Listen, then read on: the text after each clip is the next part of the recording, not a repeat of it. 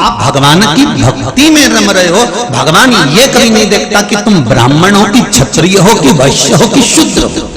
भगवान तो ये देखता है कि तेरा भजन कितना शुद्ध है, तेरी चित्तवृत्ति कितनी शुद्ध है, तेरा मन कितना शुद्ध है। अरे रविदास जी तो चमड़े का जूता बनाते थे।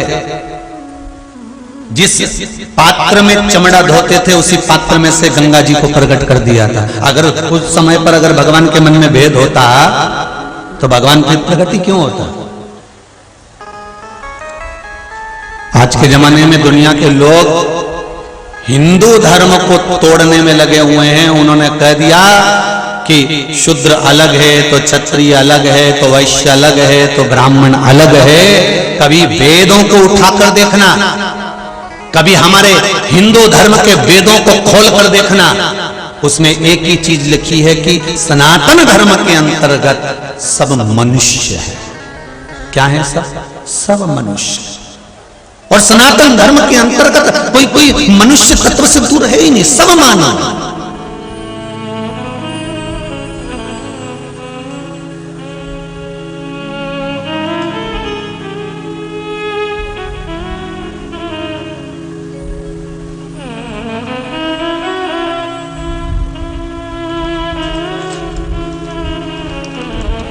अंत समय भगवान ये नहीं देखता कि आप कौन हो।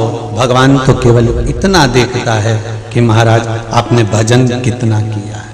और बहुत सावधानी से सुनना, ये कथा को बड़े स्मरण में सुनना। अंतिम समय में कितने तुम्हारे घर में तुम्हारे रिश्तेदार, कितने धनपति करोड़पति हो, पर अंतिम समय तो अंतिम समय होता है। अंतिम समय में कोई साथी नहीं होता। अंत में केवल वो ईश्वर परमात्मा, मेरा शंकर, मेरा राम, मेरा कृष्ण ही साथी होता है, उसके सिवाय कोई नहीं होता।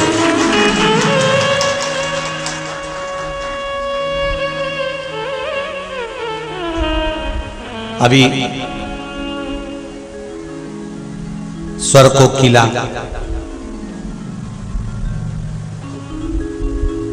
लता दीदी शांत हुई।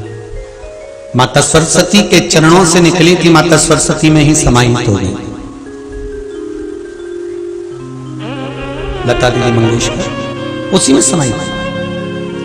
व्हाट्सएप पर, फेसबुक पर उनके अंतिम समय के फोटो चले, आप लोगों ने भी देखे होंगे।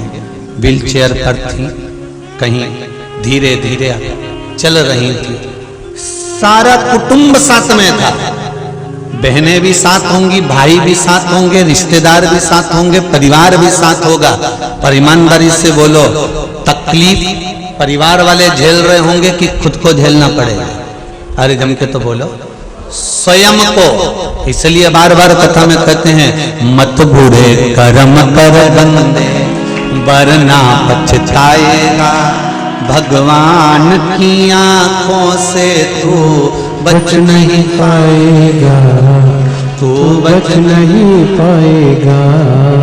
मरने वाला व्यक्ति, जिसके प्राण छूट रहे होते हैं, दुख उसको झेलना पड़ता है, कष्ट उसको झेलना पड़ता है, तकलीफ उसको झेलना पड़ती है। कोई कितने भी तुम्हारे अच्छे रिश्तेदार हो, तुम्हारे लिए रात दिन खड़े हैं, तुम्हें घुमाने भी ले जाएंगे, फिराने भी ले जाएंगे, तुम्हें लड्डू भी खिलाएंगे, ने थूली भी खिलाएंगे, तुम्हें दूध भी पिलाएंगे, तुम्हें चाय भी पिलाएंगे, अपने हाथों से पिलाएंगे। पर मरने वाला जो जीव होता है, प्राण त्यागने वाला जो जीव होता है, कष्ट उसको भोगना पड़ता है। अंतिम समय में उससे तो पूछो कि उसकी गति क्या होती है। तुम तो कह रहे हो कि लो चाय पी लो, लो दूध पी लो, लो थूली खा लो, पर उसके शरीर में जब इंद्रियां सब शिथिल हो जाती हैं, सारा शरीर जब बेकार हो जाता है, डॉक्टरों ने भी देख लिया कि खूब अब नस देखो कितना कितना विचित्र शरीर है। जरा हॉस्पिटल में जाकर तो देखो,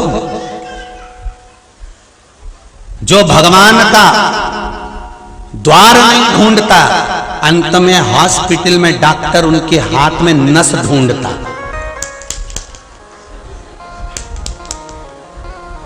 फिर परिवार वालों से कहते जम के पकड़ो, जरा अच्छे पकड़ो, और जम के। और शरीर में हड्डियां ही हड्डियां हैं, मांस बचा नहीं है। डॉक्टर कह रहा है देखो नस दिखी नहीं रही है, ये हाथ में देखो, ये में दिखेगी। फिर एक दिखी डॉक्टर साहब, बस उसी को देखना है, हाँ सुई उसी में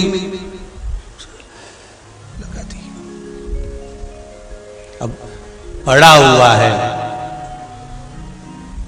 आंखों से आंसू बह रहा है, केवल उस ईश्वर को याद कर रहा है।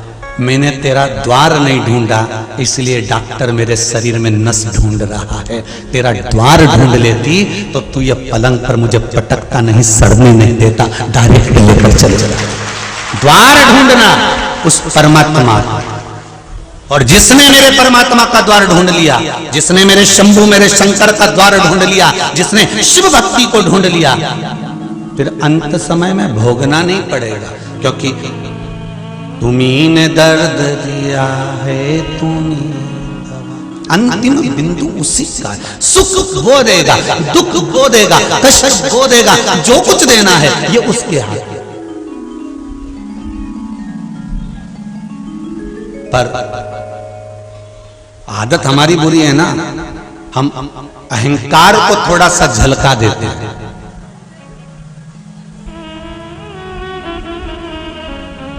गिलास के अंदर चाय, कप के अंदर चाय,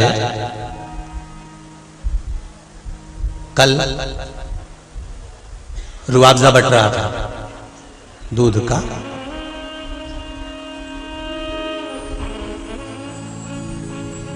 अब पनीर फैक्ट्री वालों के यहाँ की कथा है, तो रुआवजा तो बट नहीं है, तो दूध का रुआवजा बट रहा था, हम देख रहे थे, तो एक बापड़ा बेचारा यूं पी रहा था, और पीते पीते दूसरा इधर से आ गया।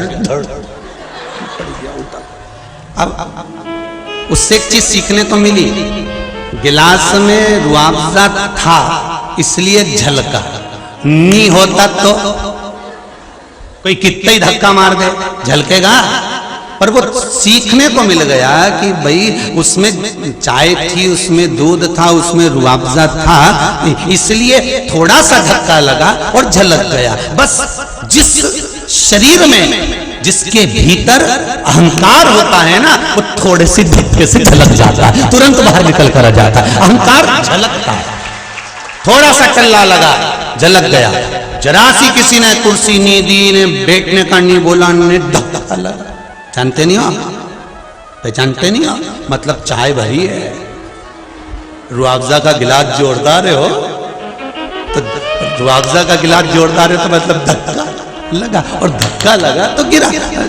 बहुत ध्यान देना महाराज जी, जब जब किसी व्यक्ति के मुख पर आ जाए कि तुम मुझे जानते नहीं, अभी तुमने मुझे क्या जाना है, तुम मुझे पहचानते नहीं हो, अभी तुम मुझे जानते नहीं हो, जरा जरा सी बात में अगर तुमको धक्का लग रहा है, थोड़ा सा किसी ने कुछ कहा, धक्का लगा और झलका, तो समझ लेना गिलास बहुत भर चुका है, बहुत भर चुका है, चाय बहुत भर चुकी है, अहंकार बहुत भर चुका है। ये अहंकार को थोड़ा सा खाली करना पड़ेगा, हमको थोड़ा अभिमान नीचे दबाना पड़ेगा।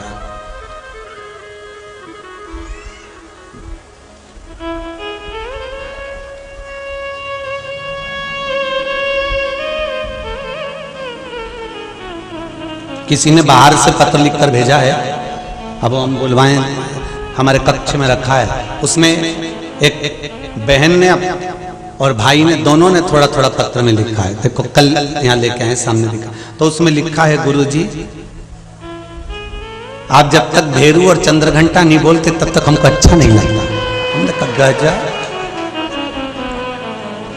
तब तक हमको अच्छा नहीं लगता।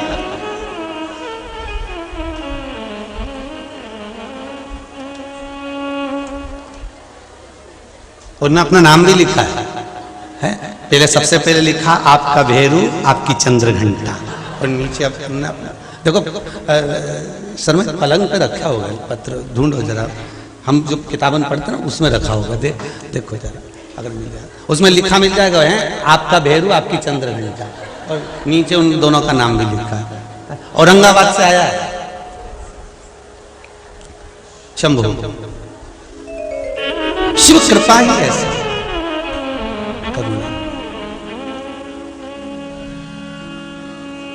शंभो शरणे पड़ी, मांगू घड़ी रे घड़ी, दुख काटो दया करी, दर्शन दया करी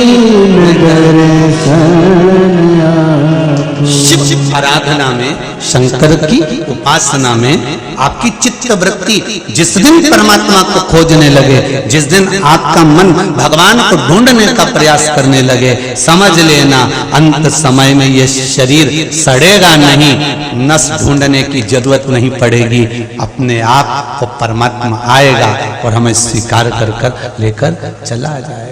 आए ना आए प्रभु कुटुंब कबीरा, अंत समय तुम्हें आना पड़ेगा। पर महाराज कब?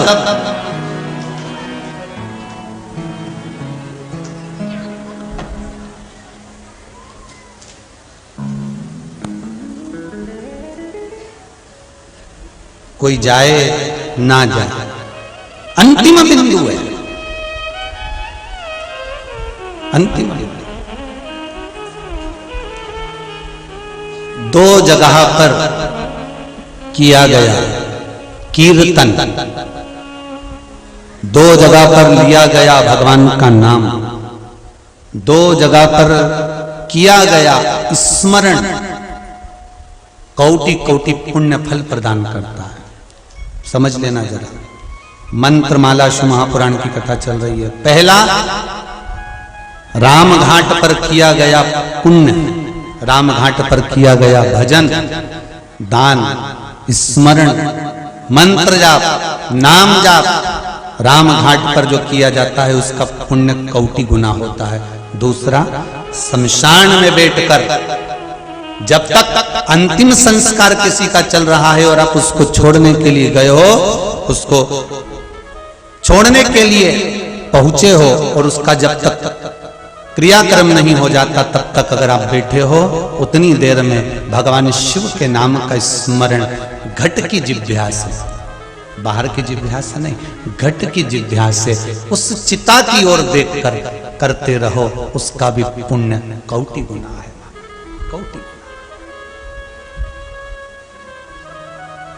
राम राम रटते रहो जब तक घट में प्राण, कबहू तो दीन दयाल के भनक पड़ेगा। कभी तो उसको सूचना मिलेगी।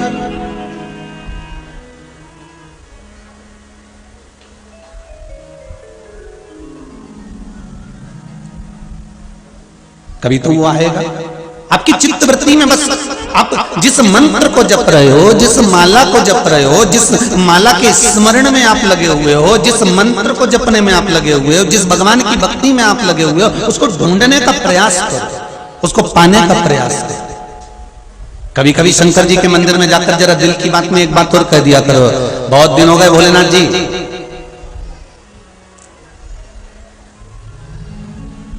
बहुत दिन हो गए,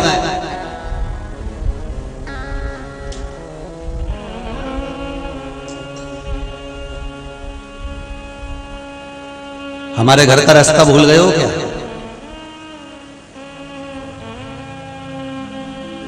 कभी कभी आते आते नंदी के कानों में भी कह सकते हो, मेरे बाबा मेरा घर का रास्ता भूल गए नंदी। ओ वृषभ, ओ नंदी, तो मेरे बाबा से कहे कि बाबा मेरे घर पर आए, बड़ा दुख है मेरे जीवन में, बहुत बहुत तकलीफ, पर लाखों के दुखड़े जो तू हर गया डमरू वाले, मेरे दुखड़ों को देख कर क्यों डर गया डमरू वाले। आप उससे कहोगे, वो सुनेगा, और सुनेगा तो आएगा जरूर। एक पत्र में लिखा है,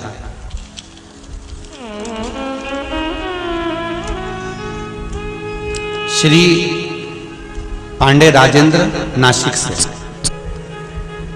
से हैं। राजेंद्र जी पांडे कहीं बैठे हो तो हाथ उठाएं। नासिक से पांडे जी, राजेंद्र जी। मेरी पत्नी आप ही हैं, संगीता पांडे, जरा माइक दीजिए उधर। दे दो इनको, आगे बढ़ जाएगा।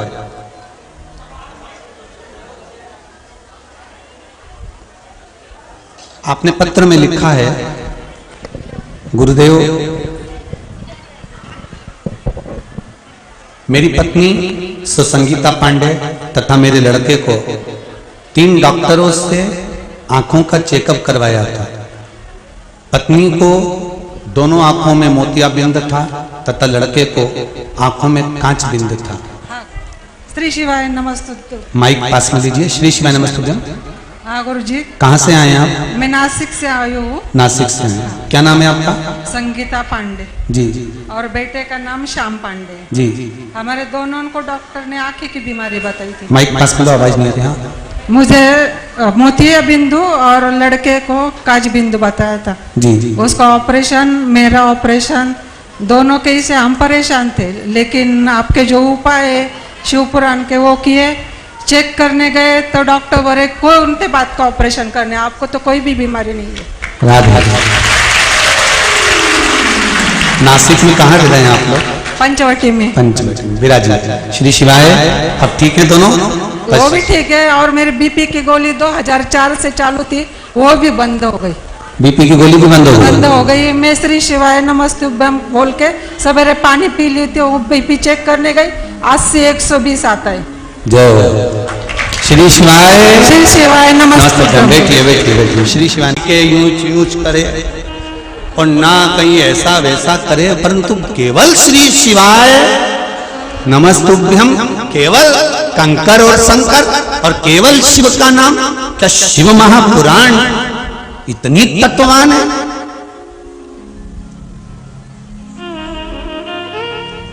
कि जिसका मात्र स्मरण कर लो। और आपसे भी निवेदन है, जितने आस्था चैनल पर सुन रहे हो, जितने फेसबुक ग्रुप पर कथा सुन रहे हो, दिल से सुनना, हृदय लगाकर सुनना और अपनी कामना कर बाबा से कहकर सुनना। 3 महीने की तारीख भी लिखकर रख लो कि मैंने इस तारीख को पूरी शिव महापुराण की कथा सुनी।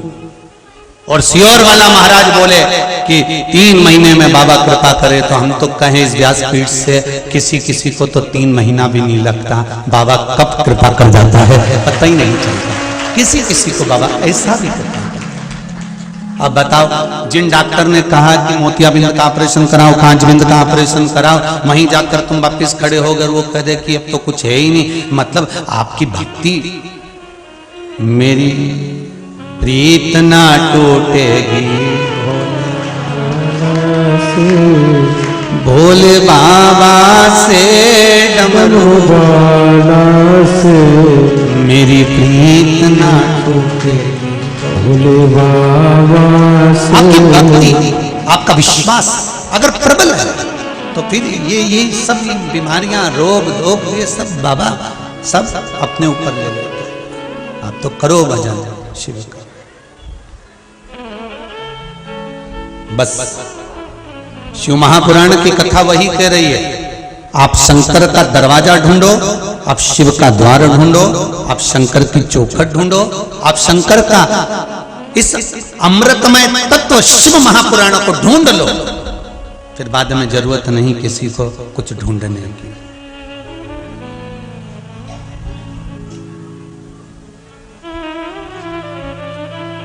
फिर कुछ नहीं ढूंढना। शिव महापुराण की कथा कहती है, अंतिम समय में, अंतिम क्षण में कोई आए चाहे ना आए, मेरा शिव जो हर पल तुम्हारे साथ में है, हर घड़ी हर पल तुम्हारे साथ में है, वो हर पल तुम्हारे साथ रहता है। कोई आए ना आए। महाराज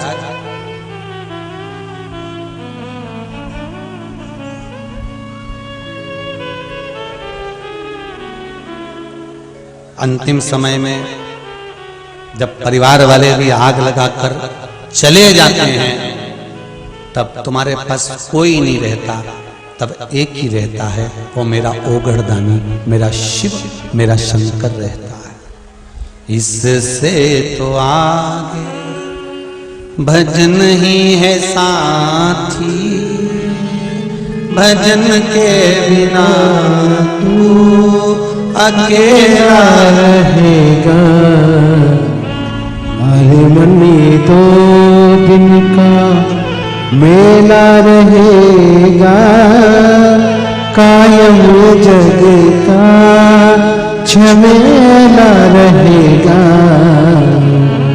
बस इससे ज्यादा कुछ नहीं। वो भजन करना, दोनों चीज अच्छे से करो। भजन भी जम के बोलो, हमने तो बोला ही नहीं। फिर भी आपको इतना ज्ञान है, 2 चीज में से एक का ज्ञान तो आप जन्म लेते से ले लेते हो, है?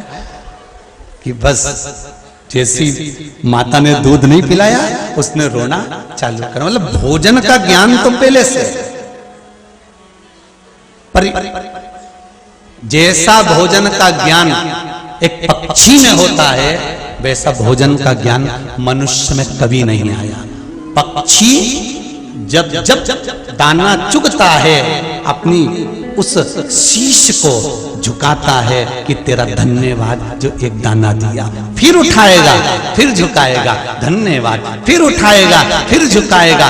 पक्षी भगवान को हर दाने को खाते खाते बारंबार धन्यवाद देता है, और इंसान भरपेट खाने के बाद अपने आप को धन्यवाद देता है। वो तो मैं नहीं बैठूंगी, दुकान तो चले ही नहीं, वो तो मैं चला रहा हूं, मैं संभाल रहा हूं, मैं कर रहा हूं, नहीं तो ये वो है।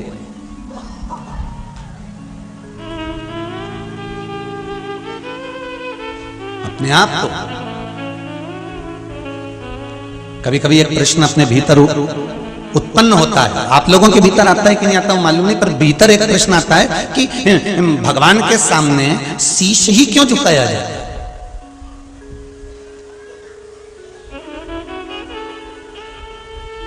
केवल मस्तक भगवान के सामने क्यों झुकाया जाता है? तो कहीं कहीं ऐसा लगता है कि मर्ज, कर्ज और फर्ज तीनों इसी में भरा होता है। मर्ज, कर्ज और फर्ज सब इसी में भरा होता है।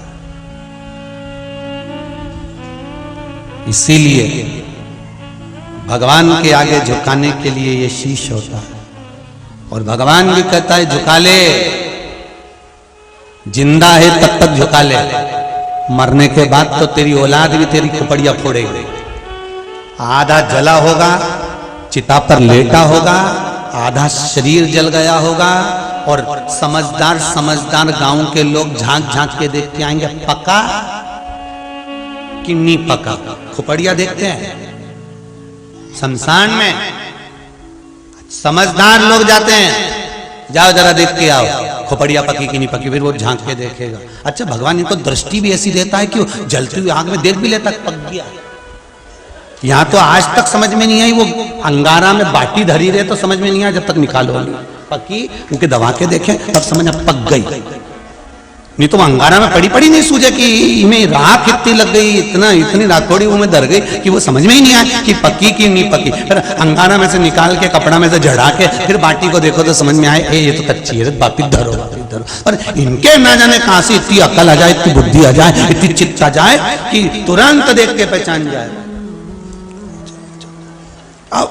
और जैसे उन्हें हाथ का इशारा करा, सब तो इंतजार में बैठे थे कि जल्दी से इशारा करें और हम बन जाएं, और दौड़ के चले। और इन्हें बांस उठाया, उनमें घी भरा और सबसे पहले खोपड़िया फोड़ी और डंडा बांस फेंका, और फिर बस आंख में से आंसू, जैसी खोपड़िया फूकी। अब घर आते से तैयारी चालू हो गई।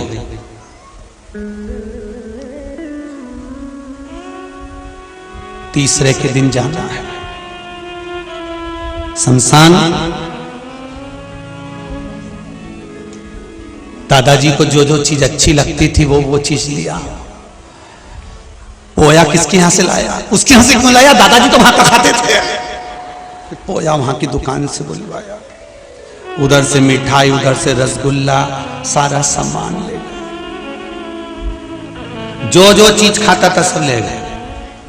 कई कई तो हमने देखा है शमशान में, जो तंबाकू खाता था तो उसके लिए तंबाकू भी ले गए, मालूम पड़े कंडा में धूपड़ी में छोड़ गए, सब धासी पड़ा सब। दादाजी खाते थे तो वो भी छोड़ोगे? अरे कम से कम दादाजी जिंदा थे तब तंबाकू नहीं छोड़ाया, तो मरने के बाद तो छोड़ दो रे। अभी भी तीसरे के दिन लेके पहुंच गए।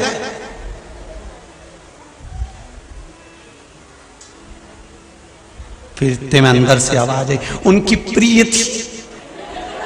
तो अब इतना मन में आया कि प्रिय तो तू भी थी, चली जा।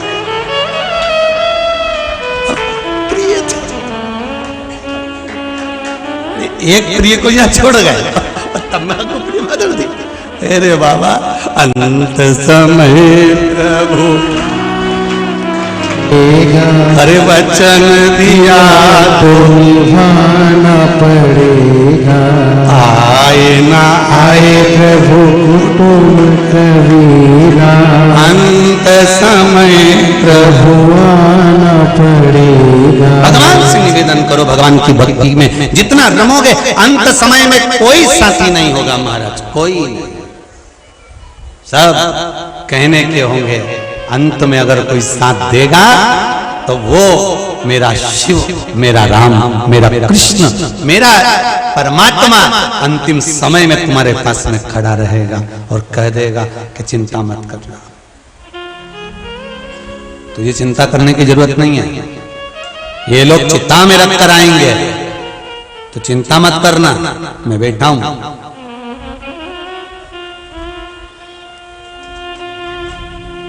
तन में आग लगेगी, अगर मन मुझ में लगा है तो वो नहीं जलेगा, मन मुझ में लगा कर रख।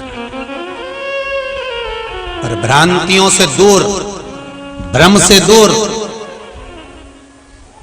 राम घाट पर भी ब्राह्मण, क्षत्रिय, वैश्य और शूद्र चारों जाते हैं, और शमशान घाट में भी ब्राह्मण, क्षत्रिय, वैश्य और शूद्र चारों जाते हैं। वहां भी जाति नहीं पूछी जाती, शमशान घाट में भी जाति नहीं पूछी जाती। भेद हम करते हैं, मेरे शंकर के चरणों में कोई भेद नहीं, कोई भेद नहीं। एक भगवान शिव जी का भगत था, बड़ा भगत भगवान शंकर का, बहुत भगत, इतना भक्त भगवान शंकर का कि भगवान शिव की भक्ति में डूबा रहता, पत्तियों को तोड़कर खाता रहता, वृक्षों की पत्तियों को खाता रहता, बस वो कुछ भी नहीं खाता, केवल वृक्ष की पत्तियों को खाना, उसका एक ही काम है, बस वृक्ष की पत्ती खाना।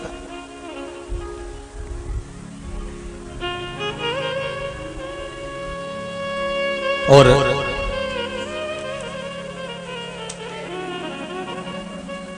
वृक्ष की पत्ती पत्ती खाता तो उसका नाम प्रनद रख दिया। अब नाम प्रनद रखा। एक दिन कोई सामग्री लेने के लिए वो आगे बढ़ा और उसके हाथ में चोट लग गई। चोट लग गई, रक्त गिरने लगा, रक्त बहने लगा। जब रक्त भूमि पर गिर रहा था तो रक्त की जगह पहले तो थोड़ा सा रक्त गिरा और रक्त गिरने के बाद में जब उसके हाथ में से गिरना चालू हुआ तो पेड़ की जो पत्ती खाता था उस पत्ती का रस गिरना चालू हो गया। अन्न तो उसने खाया ही नहीं था कई वर्षों तक, केवल पत्ती, पर रक्त की जगह पत्ती का रस जमीन पर गिर रहा था। दो चार लोगों ने देखा कि पत्ती का रस शरीर में से, यहाँ तो रक्त गिरना चाहिए था और यहाँ तो पत्ती का रस गिर रहा है। तो लोगों ने कहा ये तो बड़ा विचारणीय है, बड़ा, और ये शिव भक्त है, शंकर का भक्त है, शंकर का भक्त है, इसलिए ये तो बड़ा आनंदित हो गया। तो लोग अब उसको जब पूछने लगे, उसको जब पूजने लगे तो उसके भीतर अहंकार उत्पन्न हो गया, उसके भीतर अभिमान आ गया।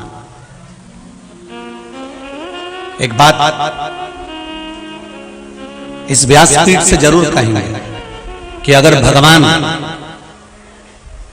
की आप भक्ति करते हो, भगवान का भजन करते हो, भक्ति करते हो, स्मरण करते हो, चाहे आप राम जी की भक्ति कर रहे हो, कृष्ण जी की भक्ति कर रहे हो, माता रानी की भक्ति कर रहे हो, या शंकर जी की भक्ति कर रहे हो, या आप किसी भी देवी देवता की भक्ति कर रहे हो, और वो देवी देवता की भक्ति करते करते करते करते आप भगवान से इतने जुड़ जाओगे, इतने जुड़ जाओगे कि हो सकता है कि आपके वचन सत्य होने लगेंगे। जब आपके वचन सत्य होने लगेंगे तब कई लोगों के अगर वचन सत्य होते चले जाएं तो आपके भीतर वो अभिमान प्रकट नहीं होना चाहिए। अगर अभिमान आ गया तो आपका फिर वो करा हुआ सारा सत्कर्म बेकार है। वो अभिमान ना है। प्रणत, उस प्रणत के भीतर अभिमान समाहित हो गया और प्रणत के भीतर जब अभिमान आया, भगवान शंकर ने देखा कि मेरा भक्त है और ये अभिमान में डूब गया है, अहंकार में डूब गया है। अभी कथा में कहा था गिलास में अगर चाय है धक्का लगेगा झलकेगी, उसी तरह अहंकार झलकने लगा। अभिमान जब झलकने लगा, अभिमान जब दिखने लगा, तब अभिमान जब झलका तो शिव को लगा कि मेरा अच्छा भगत ये अभिमान में पड़कर नष्ट हो जाएगा। तब शिव ने उसका अभिमान तोड़ना चाहा।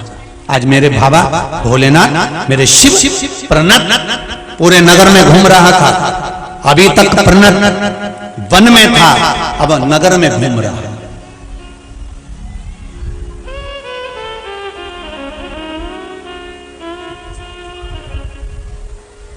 और नगर में घूमते घूमते वहीं पर जब वापिस जंगल में पहुंचा, वन में पहुंचा और जंगल में जाते से ही प्रणत जैसी जंगल में जाकर बैठा, तभी मेरे भगवान शंकर एक बूढ़े का रूप रख लिए, एक बुजुर्ग का रूप रखे और बूढ़े का रूप रखकर भगवान शिव उस प्रणत के पास में आया और बड़े बड़े प्रेम से उसके पास बैठ गए और शिव नाम का, स्वयं राम नाम का जाप करने लगे।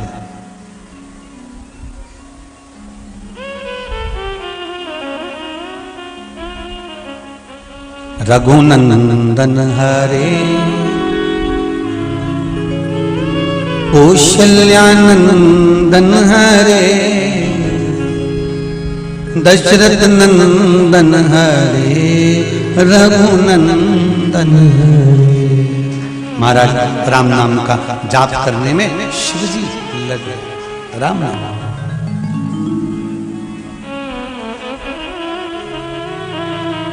शिव की कथा कह रहे हैं। शंकर ओगड़दानी त्रिकालदर्शी कैलाशी शिव अविनाशी भगवान शंकर बैठ गए प्रणत के पास में, प्रणत के पास में जाकर बैठे।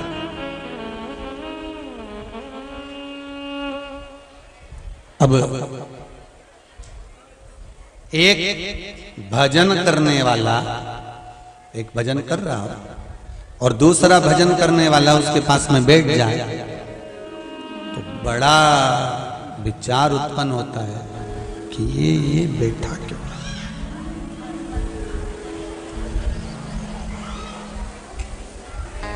अच्छा, ये आप कभी कभी रिटर्न थोड़ा सा रिटर्न आप कभी कभी थोड़ा भगवान को धन्यवाद जरूर दिया प्रतिदिन। और भगवान को धन्यवाद दो तो देव, साथ में तुम संत महात्माओं को भी धन्यवाद दिया गया। संत महात्माओं को धन्यवाद दो देव, साथ में तुम वेद व्यास जी महाराज को भी धन्यवाद दिया। वेद व्यास जी महाराज को धन्यवाद दो देव, साथ में ब्राह्मण जन को भी धन्यवाद दिया गया। ब्राह्मण जन को धन्यवाद दो साथ में अपने घर के माता पिता बुजुर्गों को भी धन्यवाद दिया करो। घर के बुजुर्गों को धन्यवाद दो साथ में अपने घर में जो बड़ा है उसको धन्यवाद जरूर दिया करो। कारण कि भगवान ने कितनी बड़ी कृपा करी है। सत्ययुग में यज्ञ करते थे तब फल मिलता था। बोलो सही है कि गलत है? त्रेता में यज्ञ करते थे तब फल मिलता था। द्वापर में स्वयं भगवान कृष्ण ने भी यज्ञ करे, यज्ञ करते थे तब फल मिलता था। पर धन्य है रे मेरे भोलेनाथ, बड़ी कृपा करी। कलयुग में भगवान को मालूम था कि बेचारा कहीं का तो पैसे वाला होगा, कहीं का गरीब होगा। तो जो पैसे वाला होगा वो तो यज्ञ कर लेगा, उसको फल मिल जाएगा। तो बेचारा इन गरीबड़ों का क्या होगा? तो फिर तुलसीदास जी ने रामचरितमानस में सबके लिए लिख दिया कि कलयुग केवल नाम धारा, सुमर सुमर नर होते रही पारा। बस जप लो और उतर, यही तो नाम जाप है।